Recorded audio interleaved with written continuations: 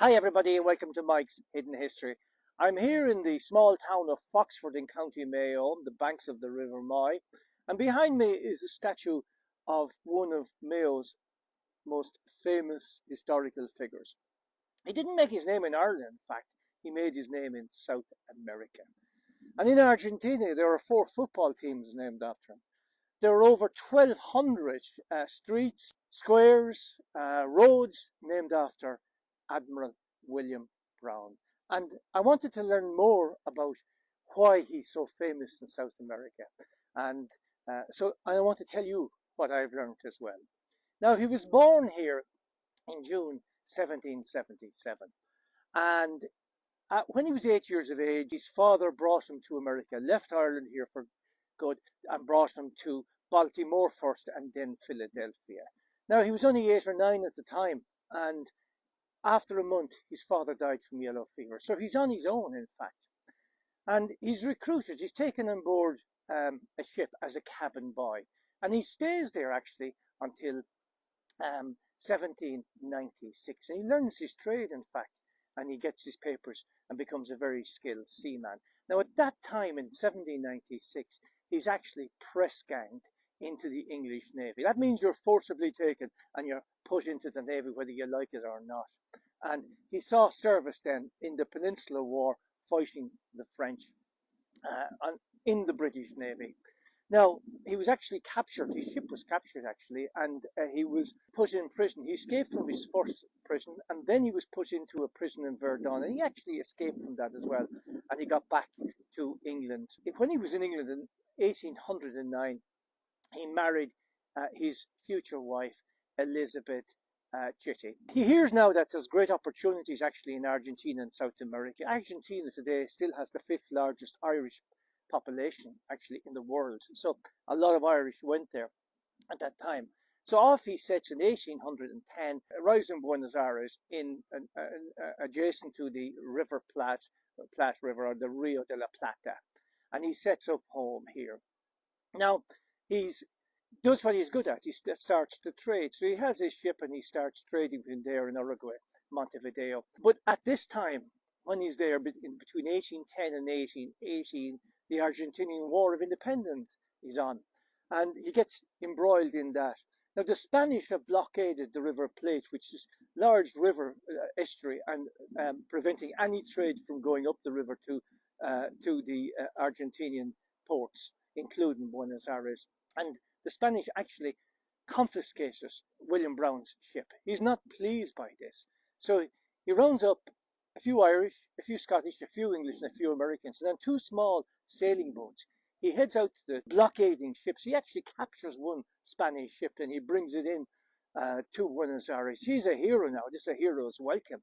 So he's offered command of a number of ships, a small fleet, which he takes control of because they realize the Argentine, this guy is good. He's a great strategist. He's well able to handle men.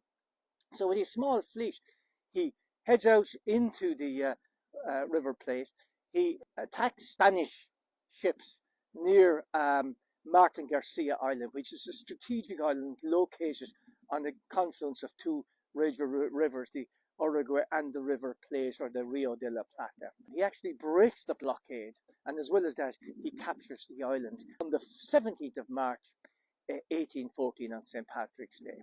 Now, what's he do after that? He retires. He goes back and he goes farming. So we don't hear much about him until 1825, because at that time, the Brazilians are now at war with Argentina. The Argentinians again turn to their hero, William Brown, and ask him to come back. So he comes back, takes charge of a navy. It's a navy of small ships. So again, we have a blockade of Brazilian ships this time, 31 of them. So what does he do? He is able to attack the 31 ships with his 11 ships. That's all he has, and he breaks the blockade and he defeats the Brazilians. Off he goes again. He retires, but now he's promoted in the navy, in fact, and he ends up, as you know by his title, eventually being an admiral. So all is okay. We have until 1842, and now we have trouble with nearby Uruguay. He wins 3 battles here, and he beats a famous Italian commander, actually Garibaldi, in a famous river battle as well. So he has become a hero here. He is unquestionably a hero now in Argentina. Now, in 1847, in fact, with his daughter, he came back here to Foxford, and he was completely shocked by the state of the country, because this was in the middle, the height of the great Irish famine. And he donates $500 actually, or he donates money here locally, but he also donates $500 to the campaign of the great Daniel O'Connell, the Liberator, in his campaign for repeal of the Act of Union.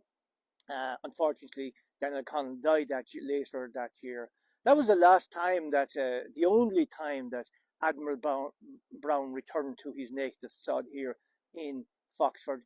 On the 3rd of March 1857, William Brown dies. He's age 89. He's given a state funeral in the highest honours that Argentina can afford. Their great hero and their saviour, in fact, that's how they see him.